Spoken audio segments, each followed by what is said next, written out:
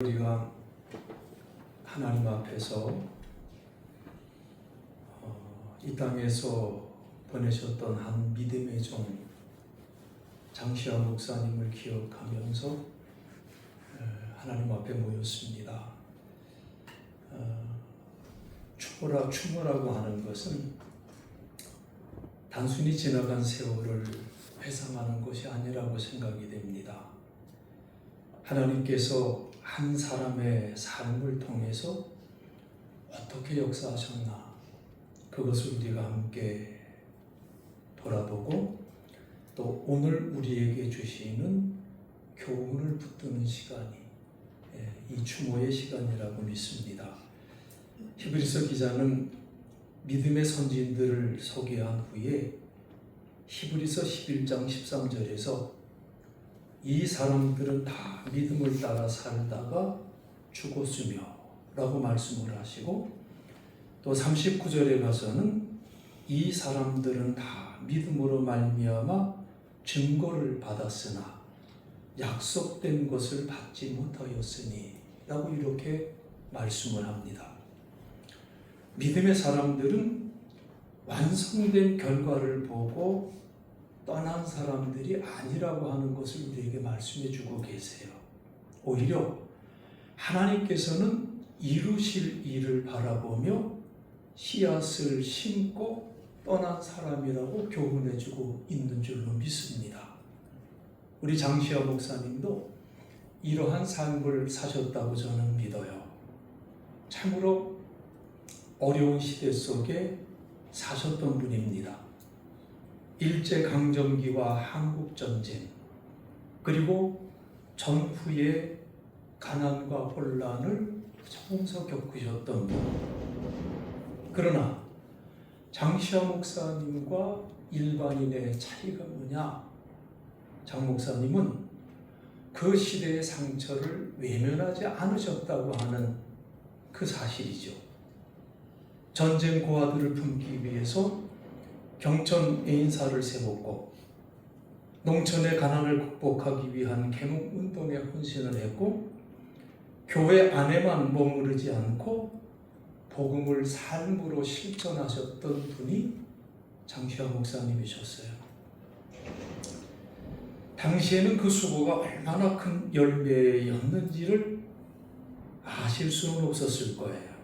그러나 하나님께서는 장 목사님의 그 섬김을 다 기억하셨고, 또 그 사랑을 받은 수많은 사람들의 삶 속에 아름다운 열매를 맺게 하셨음을 우리는 믿습니다.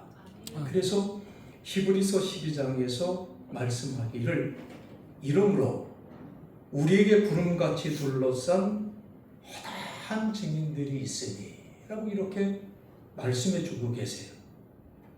바로 믿음의 사람들은 죽음으로 끝난 사람들이 아니라고 하는 것을 분명히 말씀해 주고 있잖아요. 그들의 삶은 오늘을 살아가는 우리들에게 증언이 되고 있다.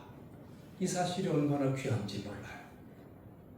저는 장시환 목사님이 우리 교회의 공동 창립자이시고요, 설립자이시고, 그리고 어렵고 많은 일을 행하는 가운데에도 우리 교회의 5대 담임 목사님으로서 신무해 주셨던 것이 얼마나 감사한지 몰라요.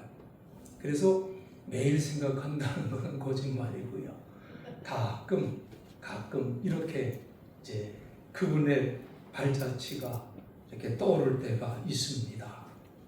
그러면서 장시환 목사님의 그 삶의 발자취를 생각할 때마다 제게 새겨지는 교훈이 있습니다. 오늘 박의 목사님이 이렇게 소개해 주셨는데, 우리 장 목사님의 그 후대들이 장 목사님의 삶을 바라보고 평가하면서 그분은 복음을 말로만 전하신 분이 아니라 삶으로 전하신 분이다 라고 이렇게 평가해 주셨는데, 참 그 평가가 저의 가슴에 참 깊은 울림으로 남아요. 정말 복음이라고 하는 것이 말로만 정하니까 우리가 말만 잘해 이런 소리를 듣는데, 이제 그 복음이 정말 우리 장시환 목사님과 같이 삶으로 전해져야 되지 않느냐, 이 교훈을 늘 마음에 새기고요. 그리고 하나님의 사랑은 가장 연약한 이웃에게 흘러가고, 그리고 믿음이라고 하는 것은 절대로 시대의 아픔을 외면하지 않는 것이 그것이 믿음이다. 이 교훈을 저는 늘 받고 있습니다. 그렇기 때문에 오늘 우리는 한 사람의 업적, 단지 장시환 목사님의 업적만을 기리기 위해서 우리가 이 자리에 모인 것은 아니라고 생각을 합니다. 바로 참으로 귀한 믿음의 선배가 남긴 그 발자취를 내가 따라가겠다, 나도 그 발자취를 따라가겠다고 하는 그 마음으로 우리가 이 자리에 함께한 줄로 믿습니다. 히브리서 기자는 그렇기 때문에 믿음의 선진들을 너희들이 바라봐야 된다, 우리들이 믿음의 선진들을 바라봐야 된다라고 강조하시면서 결론이 뭐냐면 우리의 시선을 예수 그리스도께로 돌리잖아요. 그래서 믿음의 주요 또 온전케 하시는 이인 예수를 바라보자. 그러니까 우리의 눈이 예수만을 바라봐야 된다. 영어 성경에 보니까 우리의 눈을 예수께 고정시키자, 픽스시키자 말이죠. 이렇게 표현되고 있는 것을 보게 됩니다. 그러므로 모든 믿음의 사람들은 결국 예수님을 가리키는 이정표가 되는 것이고, 우리 장시환 목사님 이러한 참 귀한 이정표로서의 삶을 사셨던 것이 얼마나 감사한지요. 바로 장시환 목사님이 남긴 유산, 많은 사업도 있고 많은 업적도 있지만 바로 그 모든 것이 예수님을 향한 믿음이었고, 그리고 그 믿음으로 이웃을 사랑한 삶이었다고 저는 믿습니다. 이제 그분은 귀한 삶을 사시다가 하나님의 품에서 안식 누리고 계시지요. 그러나 그분이 남긴 이 믿음의 바통은 여전히 우리 손에 붙들려 있다. 우리가 이거 잊지 말자는 마음에 그걸 잊지 말자. 그 바통을 이어받아 교회를 사랑하고 복음을 전하고 연약한 이웃을 돌보고 하나님 나라를 위해서 헌신해야 되는 것이 우리의 삶의 목표가 되어야 될 줄 믿습니다. 그래서 오늘 우리가 장시환 목사님을 기억하는 가장 귀한 방법은 분명히 그분을 존경해야 되겠지만 그 자리에 머무는 것이 아니라 그분이 걸어간 믿음의 길을 우리도 걸어가야 되겠다고 하는 결단이죠.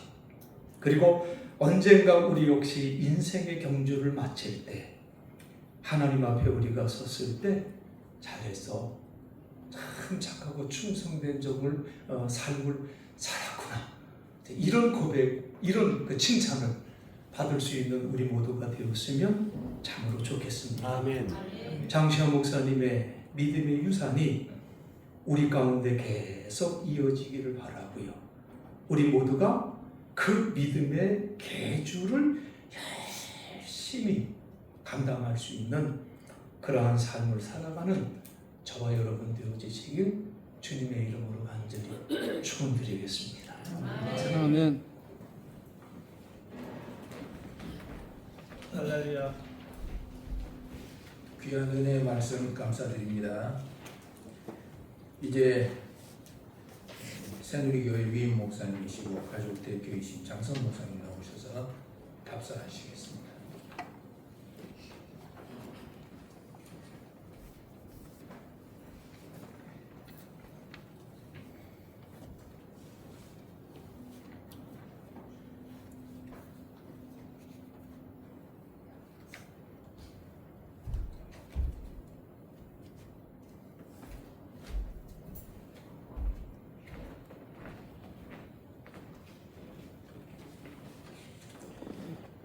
오늘 이상촌 장시환 목사님 추모 예식에서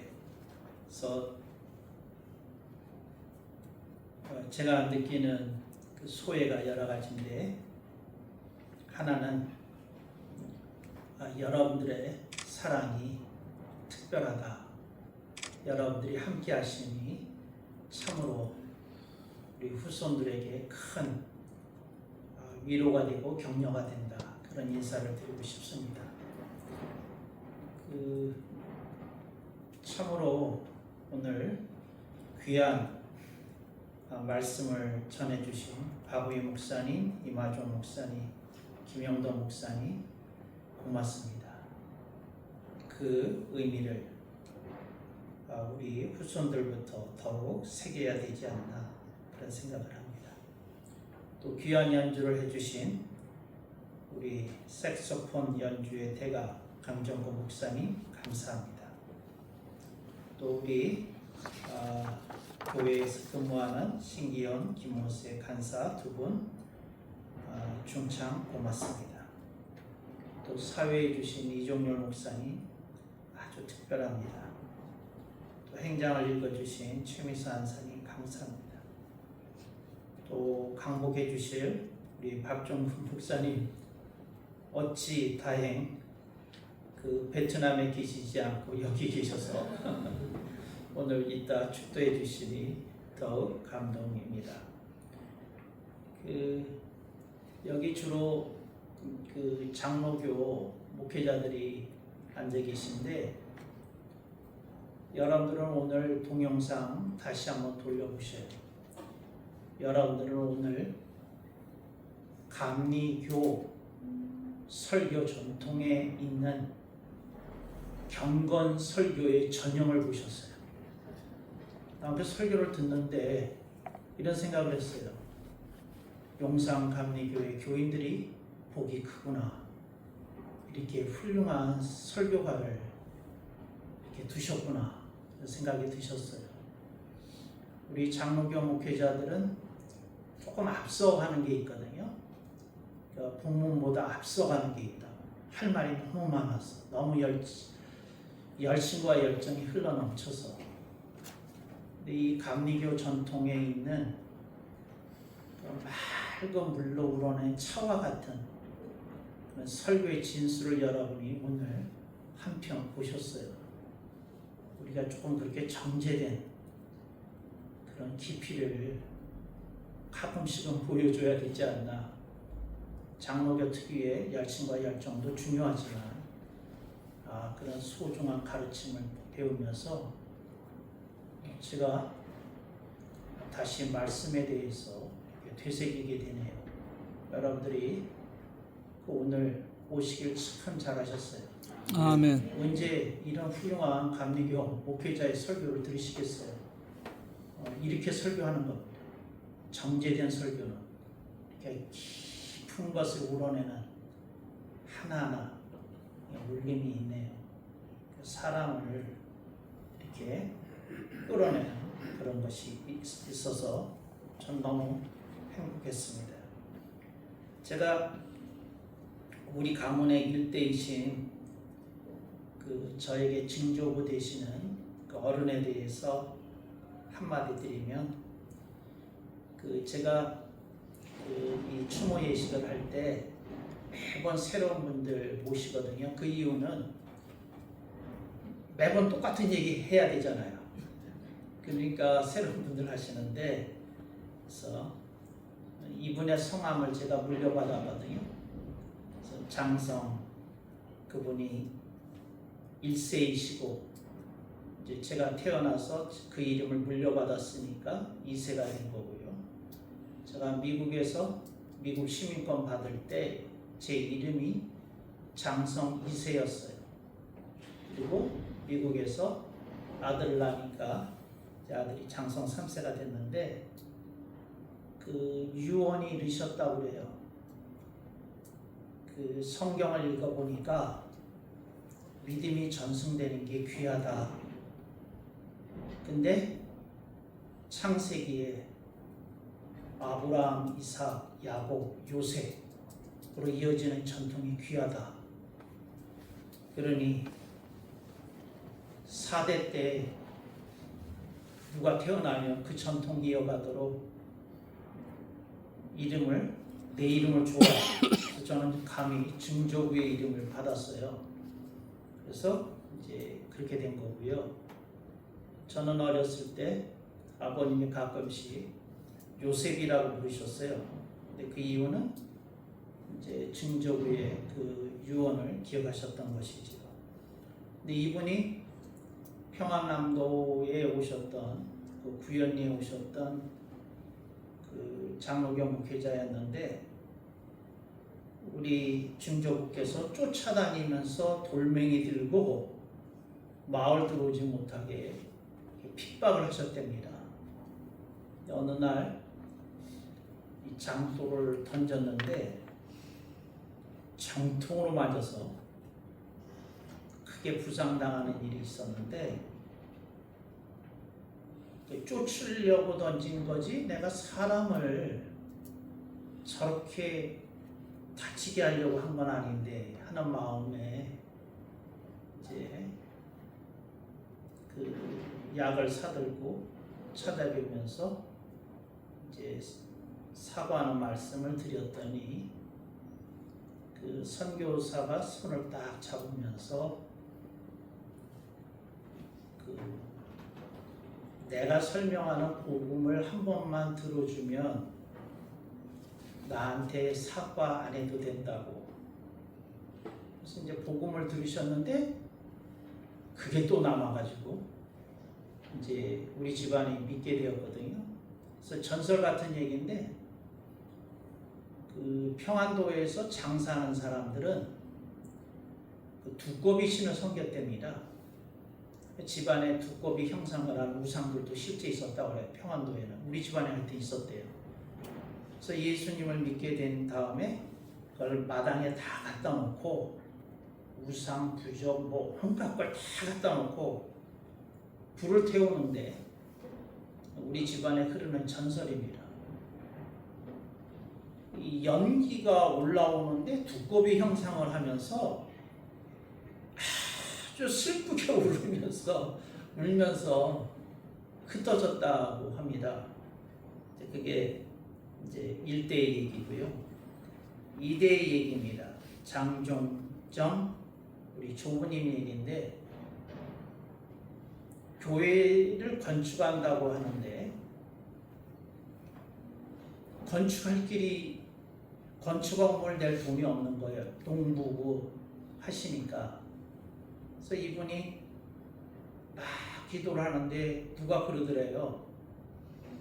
평안도에 있는 땅 한 평이면 강원도에서 땅 서너 평 얻을 수 있다고. 그래서 알아보시고 그 땅이 몇 평이었는지 모르는데 하여튼 그 땅 파시고 전답 파시고 강원도로 이주하셨어요. 교회 헌금하겠다. 그리고 이제 비슷한 땅을 얻으셨나 봐요.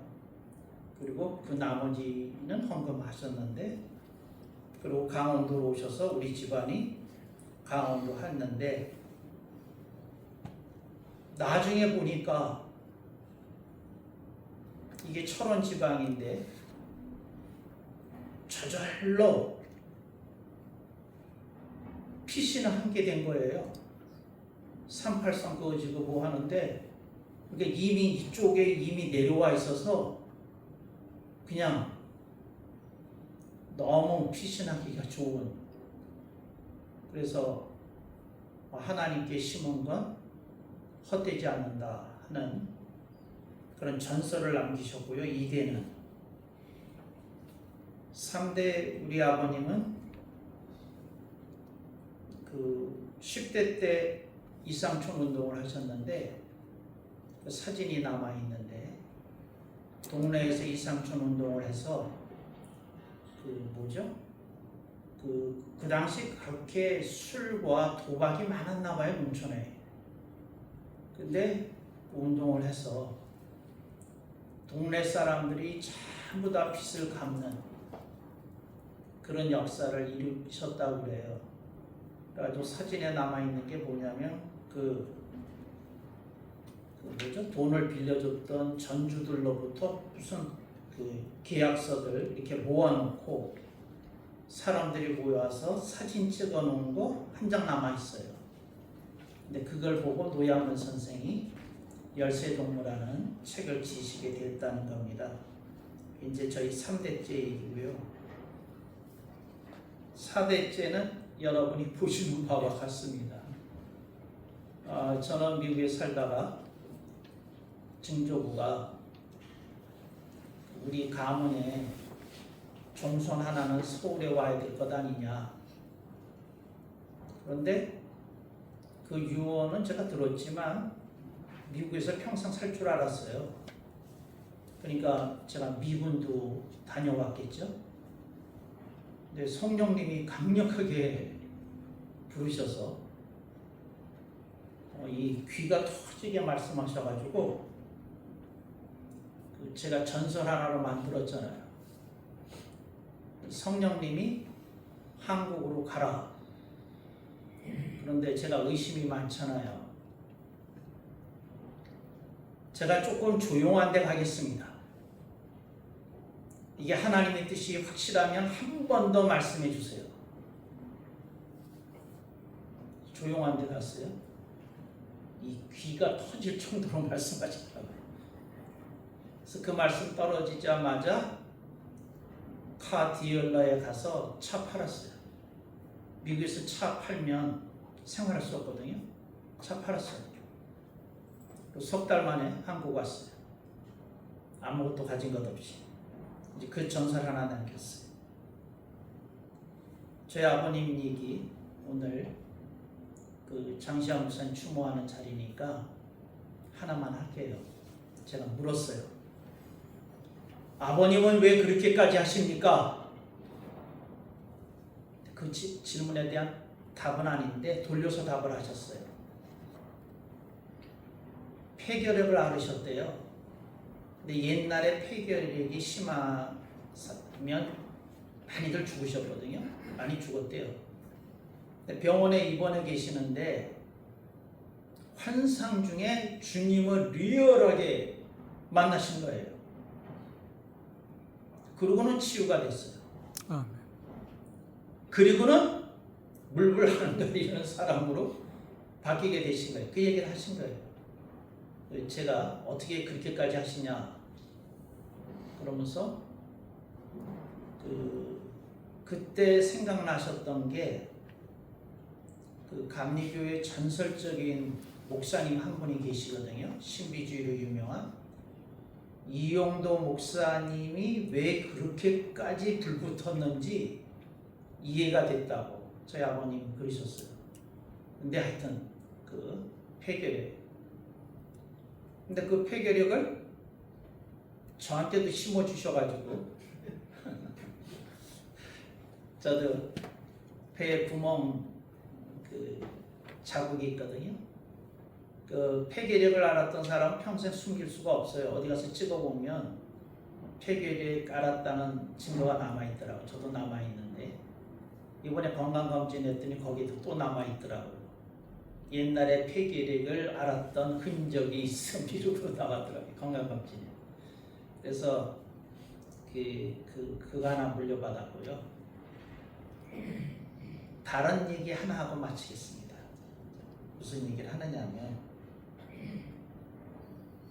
제 고민 얘기 하려고요. 제가 종손인데